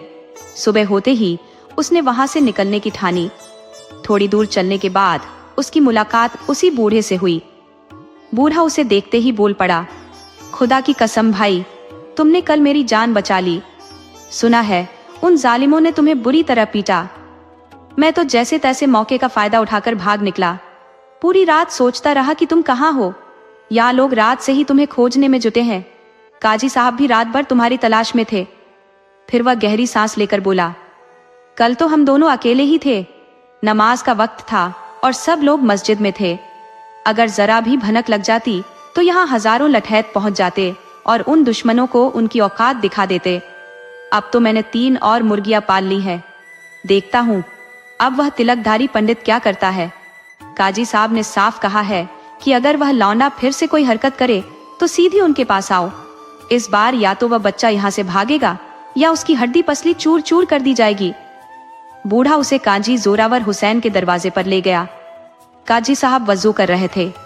जामिद को देखते ही उन्होंने दौड़कर गले लगा लिया और बोले, वल्लाह तुम तो हमारी आंखों की तलाश बन गए थे। अकेले ही तुमने काफिरों की ताकत को धूल चटा दी। क्यों ना हो तुम्हारे रगों में मोमिन का खून जो दौड़ता है। इन काफिरों की औकात ही क्या है। सुना वे तुम्हारी शुद्धि करने की साजिश में थे, पर तुमने उनके सारे अरमान तहस नहस कर दिए। इस्लाम को तुम जैसे वफादारों की जरूरत है। तुम्हारे जैसा दीनदार ही इस्लाम का नाम रोशन करता है। बस एक चूक हो गई। अगर तुमने 1 महीने का सब्र किया होता तो हालात कुछ और होते। शादी हो जाने दी होती तब और मजा आता। एक हूर सी दुल्हन साथ लाते और दौलत मुफ्त में मिलती। वल्लाह तुमने थोड़ी जल्दबाजी कर दी। दिन भर लोगों का जमावड़ा लगा रहा। हर कोई जामिद को एक झलक देखने के लिए उत्सुक था। उसकी हिम्मत, ताकत और मजहबी जोश की हर कोई तारीफ कर रहा था। पहर रात ढल चुकी थी। मुसाफिरों की आवाजाही कम हो गई थी। जामिद ने काजी साहब से मजहबी किताबों की तालीम लेना शुरू कर दिया था। काजी साहब ने उसके लिए अपने बगल का कमरा खाली कर दिया था। वह सबक लेकर लौटा और सोने की तैयारी कर ही रहा था कि दरवाजे पर तांगे के रुकने की आवाज सुनाई दी। उसने सोचा शायद कोई मुरीद आया होगा। नीचे जाकर देखा तो एक औरत तांगे से उतर रही थी और तांगे वाला उसका सामान बरामदे में रख रहा था। औरत ने इधर उधर नजर डालते हुए कहा, नहीं, मुझे पूरा यकीन है ये उनका घर नहीं है। शायद तुम गलत जगह ले आए हो। तांगे वाला बोला, हुजूर आप नहीं मानती, बाबू साहब ने मकान बदल लिया है, ऊपर चलिए। औरत थोड़ी हिचकिचाते हुए बोली, क्यों नहीं बुलाते, आवाज दो। तांगे वाला बोला, ओ साहब, जब यकीन है कि यह वही घर है तो चिल्लाने का क्या फायदा। बेचारे आराम कर रहे होंगे, उनका आराम खराब करने से क्या लाभ। आप निशंक होकर ऊपर चलिए। औरत ऊपर चली गई और उसके पीछे पीछे तांगे वाला सामान लेकर चल पड़ा। जामिद यह सब देखकर नीचे चुपचाप खड़ा रहा। इस अजीबोगरीब वाक्य का मतलब उसकी समझ से परे था। तांगे वाले की आवाज सुनते ही काजी साहब छत पर निकल आए। एक औरत को आते देख उन्होंने कमरे की खिड़कियां बंद कर दी और खूंटी पर टंगी तलवार उतार ली। वह दरवाजे पर आकर खड़े हो गए। जैसे ही औरत ने सीढ़ियां चढ़कर छत पर कदम रखा, काजी साहब को देखकर ठिठक गई। वह तुरंत पलटकर वापस जाना चाहती थी, पर काजी साहब ने झपटकर उसका हाथ पकड़ लिया और उसे घसीटते हुए कमरे के अंदर ले गए। इसी दौरान जामिद और तांगे वाला भी छत पर पहुंच गए थे। जामिद यह सब देखकर सन्न रह गया। ये मंजर उसकी सोच से परे था। एक ऐसा शख्स जिसे ज्ञान और न्याय का प्रतीक माना जाता है, आज एक अनजानी महिला पर इस कदर जुल्म डा रहा था। तांगे वाले के साथ वह भी कमरे के अंदर दाखिल हो गया। काजी साहब उस महिला के दोनों हाथ पकड़कर खड़े थे। तांगे वाले ने पीछे से दरवाजा बंद कर दिया। महिला ने गुस्से से तांगे वाले को घूरते हुए कहा, तू मुझे यहाँ क्यों लेकर आया। काजी साहब ने तलवार की धार चमकाते हुए कहा, पहले इत्मीनान से बैठो, सब कुछ साफ हो जाएगा। महिला ने तीखी आवाज में कहा, तुम तो कोई मौलवी लगते हो। क्या तुम्हारे खुदा ने तुम्हें यही सिखाया है कि दूसरों की बहू बेटियों को जबरन घर में कैद करो और उनकी इज्जत पर हाथ डालो। काजी ने सख्त लहजे में जवाब दिया, हाँ, खुदा का यही हुक्म है कि काफिरों को किसी भी तरीके से इस्लाम के रास्ते पर लाया जाए, अगर ये खुद न माने तो जबरन। महिला ने चुभते शब्दों में कहा, अगर कोई तुम्हारी बेटी या बहू के साथ यही सलूक करे तो। काजी ने ठंडे पर घिनौने स्वर में कहा, जो हमारे साथ करोगे वही हम तुम्हारे साथ करेंगे, लेकिन हम बेइज्जती नहीं करते, बस अपने मजहब में शामिल करते हैं। इस्लाम कबूल करने से इज्जत बढ़ती है, घटती नहीं। तुम लोगों ने तो हमें मिटाने की ठान रखी है, हमारी कौम को खत्म करने की कोशिश कर रहे हो, लालच और धोखे से हमें बेदीन बनाने की साजिश रच रहे हो। ऐसे में क्या हम मूक दर्शक बने रहेंगे। महिला ने गुस्से से कहा, हिंदू इस तरह का जुल्म नहीं कर सकते। शायद तुम्हारी शरारतों से तंग आकर कुछ कमजोर लोग बदला लेने पर उतर आए हों, लेकिन कोई सच्चा हिंदू ऐसा काम नहीं करता।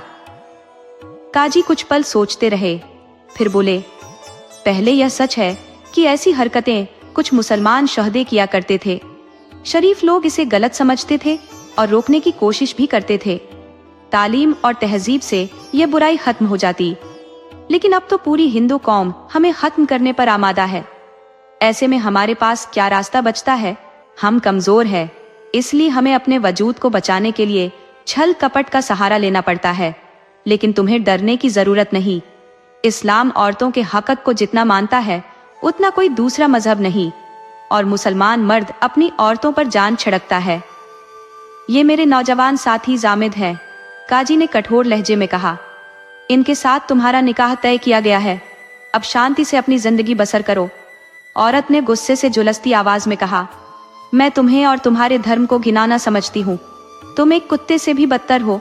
मेरी सलाह मानो और मुझे यहाँ से जाने दो, वरना ऐसा शोर मचाऊंगी कि तुम्हारा सारा नकाब उतर जाएगा। काजी ने तल्खी से जवाब दिया, अगर जुबान खोली तो अपनी जान से हाथ धो बैठोगी, बस इतना समझ लो। औरत ने निर्भीक स्वर में कहा, इज्जत के सामने जान की कोई कीमत नहीं। तुम मेरी जान ले सकते हो, मगर मेरी आबरू पर हाथ नहीं डाल सकते। काजी ने गुस्से को दबाते हुए कहा, क्यों बेवजह जिद पर अड़ी हो? महिला दरवाजे की ओर बढ़ी और सख्त लहजे में बोली, दरवाजा खोल दो। अब तक चुपचाप खड़े जामिद ने जब देखा कि काजी ने महिला का हाथ पकड़कर उसे जबरदस्ती रोकने की कोशिश की, तो उसने बिना कुछ सोचे दरवाजा खोल दिया और दृढ़ स्वर में कहा, इन्हें छोड़ दीजिए। काजी ने गुस्से से कहा, क्या बकता है? जामिद ने शांत लेकिन खड़े लहजे में कहा, खैरियत इसी में है कि इन्हें छोड़ दीजिए। जब काजी ने महिला को छोड़ने से मना कर दिया और तांगे वाला भी उसे पकड़ने को बढ़ा, तो जामिद ने बिना किसी हिचकिचाहट के काजी को धक्का दे दिया और महिला का हाथ पकड़कर उसे कमरे से बाहर ले आया। तांगे वाला पीछा करने दौड़ा, लेकिन जामिद ने उसे इतनी जोर से धक्का दिया कि वह जमीन पर औंधे मुंह जा गिरा। एक पल के भीतर जामिद और महिला दोनों सड़क पर पहुंच गए। जामिद ने धीमी आवाज में पूछा, आपका घर किस इलाके में है? महिला ने जवाब दिया, आड़ियागंज में। जामिद ने आत्मविश्वास से कहा, चलिए मैं आपको वहां तक छोड़ आता हूं। महिला ने कृतज्ञता से कहा, इससे बड़ी नेकी और क्या होगी? आपने आज मेरी आबरू बचाई है। मैं आपकी इस दया को कभी नहीं भूलूंगी। मुझे आज यकीन हुआ कि अच्छाई और बुराई हर जगह होती है। मेरे शौहर का नाम पंडित राजकुमार है। उसी वक्त एक तांगा सड़क पर आता दिखा। जामिद ने महिला को उसमें बिठा दिया। वह खुद भी बैठने ही वाला था कि ऊपर से काजी ने लाठी फेंकी जो तांगे से टकराई। जामिद तांगे में बैठ गया और तांगा चल पड़ा। अड़ियागंज पहुंचने पर पंडित राजकुमार का घर ढूंढने में कोई कठिनाई नहीं हुई। जामिद ने आवाज लगाई तो एक घबराया हुआ व्यक्ति बाहर निकला। महिला को देखकर वह भावुक स्वर में बोले, तुम कहाँ रह गई थी इंदिरा? मैंने तुम्हें स्टेशन पर नहीं देखा। मुझे आने में देर हो गई थी। तुम्हें इतनी देर कहाँ लगी? जैसे ही इंदिरा ने घर की चौखट पर कदम रखा, उसने गहरी सांस लेते हुए कहा, यह एक लंबी कहानी है। पहले जरा सांस लेने दो, फिर सब कुछ बताती हूँ। बस इतना समझ लो कि अगर इस मुसलमान ने मेरी मदद न की होती तो मेरी इज्जत मिट्टी में मिल गई होती। इंदिरा की बात सुनकर पंडित जी के भीतर बेचैनी और भी बढ़ गई। वह जल्दबाजी में इंदिरा के साथ अंदर चले गए, लेकिन कुछ ही पल बाद वह बाहर लौटे। उनके चेहरे पर गहरी कृतज्ञता झलक रही थी। जामिद के सामने खड़े होकर उन्होंने भावुक स्वर में कहा, भाई साहब, हो सकता है आपको यह दिखावा लगे, पर मुझे इस समय आप में ईश्वर का ही रूप नजर आ रहा है। मेरी जबान इतनी समर्थ नहीं कि आपकी नेकी का धन्यवाद कर सकूं। कृपया अंदर चलकर थोड़ा विश्राम करें। जामिद ने विनम्रता से कहा, नहीं, अब मुझे इजाजत दीजिए। पंडित जी ने गंभीरता से कहा, मैं आपकी इस महानता का क्या प्रतिदान कर सकता हूँ? जामिद ने नर्म लेकिन गहरे लहजे में जवाब दिया, मेरा आपसे यही अनुरोध है कि इस घटना का बदला किसी गरीब मुसलमान से मत लीजिएगा। यही मेरी सबसे बड़ी गुजारिश है। ये कहकर जामिद खड़ा हुआ और धीरे धीरे उस सन्नाटे भरी रात में शहर की ओर बढ़ चला। उस शहर की जहरीली फिजा में उसका दम घुट रहा था। वह जल्द से जल्द इस माहौल से निकलकर अपने गांव पहुंचना चाहता था। वह गांव जहां धर्म का मतलब सहानुभूति, प्रेम और मेलजोल था, अब उसे मजहब और उसके तथाकथित ठेकेदारों से सख्त नफरत हो चुकी थी। दोस्तों, आपको कहानी कैसी लगी? अपने सुझाव कमेंट करना न भूले। तो चलिए आज की अगली कहानी शुरू करते हैं।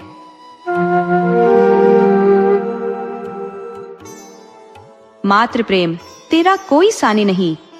इस संसार में बाकी सब कुछ छलावा है, क्षण भंगुर है। केवल मात्र प्रेम ही शाश्वत है, अडिग है। 3 दिन हो गए थे। सुखिया के मुंह में न तो अन्न का एक कण गया था और न पानी की एक बूंद। उसकी निगाहें बस पुआल पर लेटे अपने नन्हे से लाल पर टिकी थी, जो दर्द से कराह रहा था। 3 दिनों से उसकी आंखें भी नहीं खुली थी। कभी सुखिया उसे अपनी गोद में उठा लेती तो कभी थककर वापस पुआल पर सुला देती। इस चंचल हंसते खेलते बच्चे को अचानक क्या हो गया, ये कोई बता नहीं पाता था। ऐसी हालत में सुखिया को भूख प्यास कहाँ महसूस होती। उसने एक बार पानी का घूंट भरने की कोशिश की थी, लेकिन वह कंठ से नीचे नहीं उतर सका। उसकी बदकिस्मती की कोई सीमा नहीं थी। साल भर के भीतर 2 मासूमों को वह गंगा में समर्पित कर चुकी थी। पति का साया तो पहले ही सर से उठ चुका था। अब इस अनाथ के जीवन का इकलौता सहारा यही बालक था। लेकिन क्या ईश्वर इस अंतिम आश्रय को भी छीन लेना चाहते हैं? ऐसा सोचते ही सुखिया की आंखों से आंसू बह निकलते। वह अपने बच्चे को एक पल के लिए भी अकेला नहीं छोड़ती थी। जहां जाती उसे साथ ले जाती। घास छीलने जाए या बाजार में बेचने, बालक उसकी गोद में ही होता। उसने उसके लिए छोटी सी खुरपी और एक नन्ही सी टोकरी बनवा दी थी। जियावन अपनी माँ के साथ घास काटता और गर्व से कहता, अम्मा, हमें बड़ी सी खुरपी दिला दो, हम बहुत सारी घास काटेंगे। तुम द्वारे पर बैठना, अम्मा, मैं सारा घास बेच लाऊंगा। माँ प्यार से पूछती, मेरे लिए क्या क्या लाओगे बेटा? जियावन लाल लाल साड़ियों का वादा करता और अपने लिए बहुत सारा गुड़ लाने की बात करता। वही मासूम बातें अब सुखिया के दिल में कांटों की तरह चुभ रही थी। जो भी बच्चे को देखता यही कहता कि किसी की नजर लग गई है। लेकिन किसकी नजर? इस बेचारी विधवा का इस संसार में कौन दुश्मन होगा? अगर नाम पता चल जाता तो सुखिया खुद उसके पैरों पर गिरकर मिन्नत करती और अपने बच्चे को उसकी गोद में रख देती। क्या वह दया से पिघल नहीं जाता? लेकिन नाम बताने वाला कोई नहीं था। रात का 3रा पहर बीत चुका था। चिंता और बेचैनी में घिरी सुखिया का मन बेतहाशा इधर उधर दौड़ रहा था। वह किस देवी देवता से प्रार्थना करे, किससे मदद मांगे? इसी उधेड़बुन में उसे थोड़ी झपकी आ गई। उसने सपना देखा कि उसका स्वामी आया है। वह बच्चे के सिरहाने खड़ा है, सिर पर हाथ फेरते हुए कहता है, रो मत सुखिया, तेरा लाल ठीक हो जाएगा। सपने में वह ठाकुर जी की पूजा की बात कहकर चला गया। सुखिया की आंखें खुली तो उसे यकीन हो गया कि उसके पति ही उसे दर्शन देकर गए हैं। उनके प्रेम और भरोसे से उसका मन हौसले से भर गया।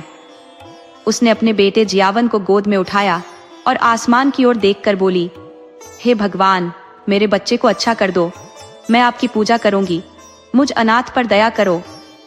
जैसे ही उसने यह प्रार्थना की, जियावन ने अपनी आंखें खोली और धीमी आवाज में पानी मांगा। सुखिया दौड़कर कटोरे में पानी लाई और उसे पिला दिया। पानी पीकर जियावन ने पूछा, अम्मा, ये रात है या दिन? सुखिया मुस्कुराई और बोली, बेटा, अभी रात है। तुम्हारा जी कैसा है? जियावन ने कहा, अम्मा, अब मैं ठीक हो गया। सुखिया की आंखें खुशी से चमक उठी। भगवान करे ऐसा ही हो। कुछ खाने का मन है? उसने पूछा। जियावन ने मासूमियत से कहा, थोड़ा सा गुड़ दे दो। सुखिया ने समझाया, गुड़ अभी मत खाओ बेटा, ये तुम्हारे लिए सही नहीं है। खिचड़ी बना दूं? लेकिन जियावन ने जिद की, नहीं अम्मा, बस थोड़ा सा गुड़ दे दो, तेरे पैर पड़ता हूं। सुखिया उसके इस मासूम जिद को टाल न सकी। उसने गुड़ निकालकर उसके हाथ में दिया और जैसे ही हांडी का ढक्कन लगाने गई, बाहर से किसी ने आवाज दी। किवाड़ खोलने के लिए वह बाहर चली गई। इसी बीच जियावन ने गुड़ की 2 पिंडियां और निकालकर चट कर ली। दिन भर जियावन की तबीयत ठीक रही। उसने खिचड़ी खाई और थोड़ा बहुत घर के बाहर जाकर बच्चों को खेलते हुए देखकर मन बहलाया। सुखिया ने सोचा कि अब उसका बेटा ठीक हो गया है। उसने मन ही मन तय किया कि 2-3 दिन में जब पैसे हाथ में आएंगे तो वह ठाकुर जी की पूजा करने जाएगी। लेकिन शाम ढलते ढलते जियावन फिर से मुरझा गया। सुखिया का दिल बेचैन हो उठा। उसे लगा कि कि पूजा में देरी करने का ही नतीजा है। जल्दबाजी में उसने पूजा की तैयारी शुरू की। फूल जमींदार के बगीचे से मिल गए। तुलसी दल द्वार पर ही था, लेकिन ठाकुर जी के भोग के लिए मिठाई चाहिए थी।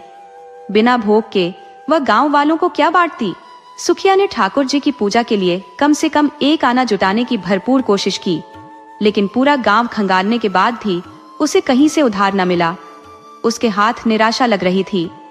सोचती रही, हाय रे किस्मत, कोई 4 आने तक नहीं देता। आखिरकार उसने अपने हाथों की चांदी की चूड़ियां उतारी और सीधा बनिए की दुकान पर पहुंची। चूड़ियां गिरवी रखकर बतासे खरीदे और फिर जल्दी जल्दी घर लौट आई। पूजा का सामान तैयार करते हुए उसने अपने बेटे को गोद में उठाया और दूसरे हाथ में पूजा की थाली संभाली। मंदिर की ओर बढ़ते हुए उसके मन में आशा और श्रद्धा का सागर लहरा रहा था। मंदिर में आरती का घंटा गूंज रहा था। 10-12 भक्त स्तुति में लीन थे। सुखिया मंदिर के सामने जाकर ठिठक गई। पुजारी ने उसे देखा और कर्कश स्वर में पूछा, क्या चाहती है रे, यहाँ क्यों खड़ी है? सुखिया ने चबूतरे पर कदम रखते हुए विनम्रता से उत्तर दिया, महाराज, ठाकुर जी से मनौती मांगी थी, पूजा करने आई हूँ। पुजारी, जो दिन भर जमींदार के असामियों की पूजा और सेवा में लगे रहते थे और ठाकुर जी की आराधना भी यंत्रवत करते थे, तुनक गए। उनकी दिनचर्या ऐसी थी कि भले ही ठंडी हवाएं चले, वे बिना स्नान किए जल न छूते। लेकिन उनके हाथ पैरों की मैल से यह स्पष्ट था कि स्वच्छता पर उनका ध्यान कम था। उन्होंने झल्ला कर कहा, भीतर क्यों घुस आएगी, यही पूजा कर ले, भरभष्ट करने आई है। भीड़ में से एक भक्त ने ताना मारा, क्या ठाकुर जी को भी पवित्र करने आई है? सुखिया ने बड़ी सरलता से उत्तर दिया, सरकार, ठाकुर जी के चरण छूने आई हूँ, पूजा की सारी सामग्री साथ लाई हूँ। पुजारी ने व्यंग्य भरे लहजे में कहा, पगला गई है क्या, तू ठाकुर जी को छुएगी? कैसी बेसिर पैर की बात कर रही है? सुखिया, जिसे पहले कभी मंदिर आने का अवसर नहीं मिला था, आश्चर्यचकित होकर बोली, सरकार, ठाकुर जी तो सबके मालिक हैं, उनके दर्शन से पापी तक तर जाते हैं, मेरे छूने से उन्हें कैसे अपवित्रता हो जाएगी? पुजारी ने गुस्से में कहा, तू चमारिन है ना? सुखिया ने साहसिकता से उत्तर दिया, तो क्या भगवान ने चमारों को नहीं बनाया? चमारों का भगवान अलग है क्या? ये बच्चे की मनौती है, सरकार। इस पर वही भक्त जो स्तुति पूरी कर चुके थे क्रोध में चीख पड़े, मारो इस चुड़ैल को, भरभष्ट करने आई है, थाली वाली उठाकर फेंक दो, वैसे ही दुनिया में आग लगी है। अब चमार भी ठाकुर जी की पूजा करेंगे तो धरती रसातल में चली जाएगी। दूसरे भक्त ने व्यंग्यपूर्ण स्वर में कहा, अब तो ठाकुर जी को चमारों के हाथ का भोजन भी करना पड़ेगा। लगता है प्रलय अब बहुत दूर नहीं। सर्द हवा चल रही थी, सुखिया कांप रही थी और धर्म के ठेकेदार अपनी खोखली बातें कर रहे थे। उसका बच्चा ठंड से सिकुड़कर उसकी छाती में दुबका जा रहा था, लेकिन सुखिया अपने स्थान से तस से मस होने का नाम नहीं ले रही थी। ऐसा प्रतीत हो रहा था कि उसके पैर जैसे जमीन में धंस गए हों। उसके मन में बार बार यह विचार उठता कि जाकर ठाकुर जी के चरणों में गिर पड़े। क्या ठाकुर जी केवल इन अमीरों के हैं? हम गरीबों का उनसे कोई नाता नहीं? लेकिन भय भी था कि अगर इन लोगों ने सच में उसकी थाली फेंक दी तो क्या करेगी? यही सोचकर वह खुद को रोक लेती। अचानक उसके मन में एक तरकीब आई। वह कुछ दूर हटकर एक पेड़ के नीचे अंधेरे में छिप गई और भक्तों के जाने का इंतजार करने लगी। आरती और स्तुति के बाद भक्तगण देर तक श्रीमद् भागवत का पाठ करते रहे। इधर पुजारी चूल्हा जलाकर खाना पकाने में जुट गए। चूल्हे के सामने बैठकर हूं हूं की आवाज निकालते और बीच बीच में कुछ कटाक्ष भी करते। 10 बजते बजते कथा समाप्त हुई और सभी भक्त धीरे धीरे अपने अपने घर लौट गए। अब मंदिर में केवल पुजारी रह गए। इस अवसर को देखकर सुखिया फिर मंदिर के बरामदे के सामने जाकर खड़ी हो गई। पुजारी, जो भोजन पकाते हुए मधुर गंध और स्वाद की कल्पना में मग्न थे, ने आहट पाकर सिर उठाया। सुखिया को देखकर चिढ़कर बोले, तू अभी तक यहीं खड़ी है, क्यों नहीं गई? सुखिया ने अपनी थाली जमीन पर रख दी, हाथ जोड़कर और आंखों में करुणा भरकर बोली, महाराज जी, मैं अभागन हूँ, ये बालक ही मेरा सब कुछ है, उस पर दया करो। 3 दिन से इसने कुछ नहीं खाया, आप पर बड़ा उपकार होगा महाराज जी। कहते कहते उसकी आंखों से आंसू बहने लगे। पुजारी स्वभाव से दयालु थे, लेकिन चमारिन को ठाकुर जी के पास जाने देना उनके लिए असंभव था। उन्हें भय था कि ऐसा करने से ठाकुर जी कहीं कुपित होकर पूरे गांव का विनाश न कर दे। आखिर उनके भी अपने परिवार और बच्चे थे। पुजारी बोले, घर जाकर भगवान का नाम ले, तेरा बालक ठीक हो जाएगा। ये तुलसी दल ले जा, बच्चे को खिला देना और चरणामृत उसकी आंखों में लगा देना। भगवान चाहेंगे तो सब अच्छा होगा।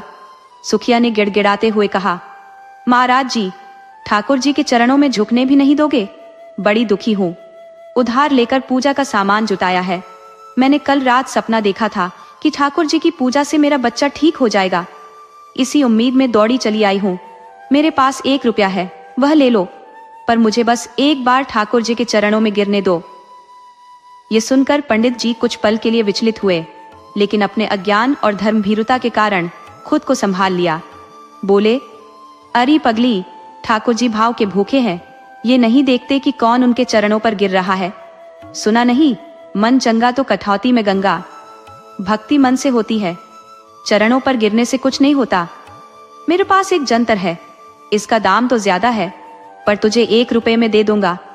इसे बच्चे के गले में बांध देना, सुबह तक तेरा बच्चा खिलखिलाने लगेगा। सुखिया ने व्याकुल होकर कहा, मुझे ठाकुर जी की पूजा तो करने दोगे? पुजारी ने गंभीरता से जवाब दिया, तेरे लिए यही पूजा बहुत है। सोच, जो बात कभी नहीं हुई, अगर आज मैं वह कर दूं और गांव पर कोई आफत आ जाए तो क्या होगा? तू यह जंतर ले जा, भगवान चाहेंगे तो रात भर में तेरा बच्चा ठीक हो जाएगा। इसे किसी की बुरी नजर लग गई है, वैसे भी बड़ा चंचल लगता है। सुखिया ने दुखी स्वर में कहा, जब से इसे बुखार है, मेरा चयन छिन गया है। पुजारी ने दिलासा दिया, बड़ा होनहार बालक है, भगवान इसे ठीक कर देंगे तो तेरे सारे दुख मिट जाएंगे। ये यहाँ खेलने आता था, 2-3 दिन से नहीं दिखा, तभी समझा था कुछ गड़बड़ है। सुखिया ने सवाल किया, पर इसे बांधूंगी कैसे महाराज? पुजारी ने सुझाया, मैं इसे कपड़े में बांध देता हूँ, बस गले में पहना देना। अब तो इस समय नया कपड़ा कहाँ खोजेगी?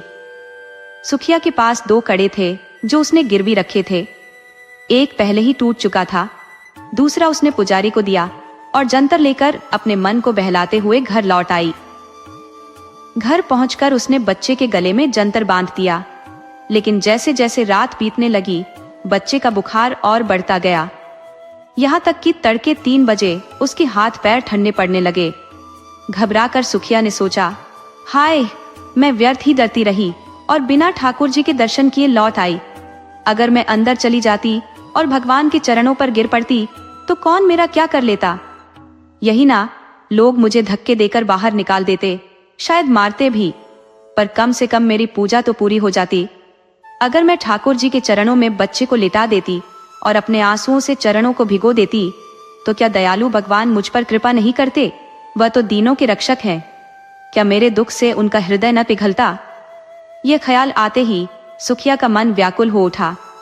अब विलंब का प्रश्न नहीं था, वह जरूर जाएगी, चरणों पर गिरेगी और रोते रोते अपना दुख कहेगी।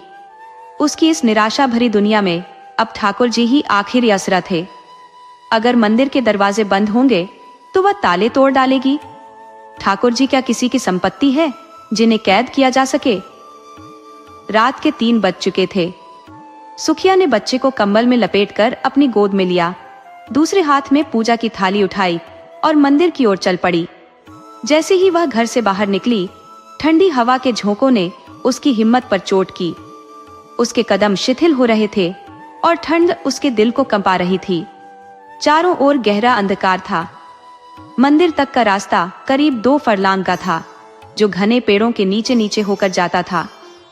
रास्ते में एक तरफ पोखरा था, जहां एक धोबी की मौत हुई थी। दूसरी ओर बांस की कोठियां थी, जिन्हें लोग भूत प्रेतों का अड्डा मानते थे। चारों ओर खेत थे जो सन्नाटे में डूबे हुए थे। रास्ते में अचानक गीदड़ों की भयानक आवाजें सुनाई देने लगी। सुखिया डर के मारे कांपने लगी। यदि उसे लाखों रुपये मिलते तो भी वह इस समय यहाँ आने की हिम्मत न करती, मगर बच्चे के लिए उसकी ममता ने डर को दबा दिया। वह बुदबुदाती जा रही थी, हे भगवान, अब बस तुम्हारा ही सहारा है। मंदिर पहुंचते ही उसने लोहे की जंजीर टटोली। दरवाजे पर ताला जड़ा हुआ था। पुजारी जी बरामदे से लगी अपनी कोठरी में बंद सो रहे थे। चारों ओर सन्नाटा था। सुखिया ने नीचे से एक ईंट उठाई और ताले पर जोर जोर से मारने लगी। पता नहीं उसके नाजुक हाथों में इतनी ताकत कहां से आ गई थी। कुछ ही प्रहारों में ताला और ईंट दोनों टूटकर गिर पड़े। सुखिया ने झट से दरवाजा खोला और अंदर जाने लगी। तभी पुजारी हड़बड़ाते हुए बाहर निकल आए। उन्होंने चोर चोर चिल्लाते हुए गांव की ओर दौड़ लगा दी। जाड़े के मौसम में लोग आधी रात के बाद ही जाग जाते हैं। शोर सुनकर कई लोग लालटेने लेकर दौड़ पड़े और चिल्लाने लगे, कहाँ है, कहाँ है, किधर गया? पुजारी, मंदिर का दरवाजा खुला पड़ा था। मैंने भीतर से खटखटाने की ध्वनि सुनी। अचानक सुखिया बरामदे से निकलकर चबूतरे पर आ खड़ी हुई और बोली, चोर नहीं हूं, मैं हूं। ठाकुर जी की पूजा करने आई थी। अभी तो भीतर कदम भी नहीं रखा और आप लोग हो हल्ला मचाने लगे।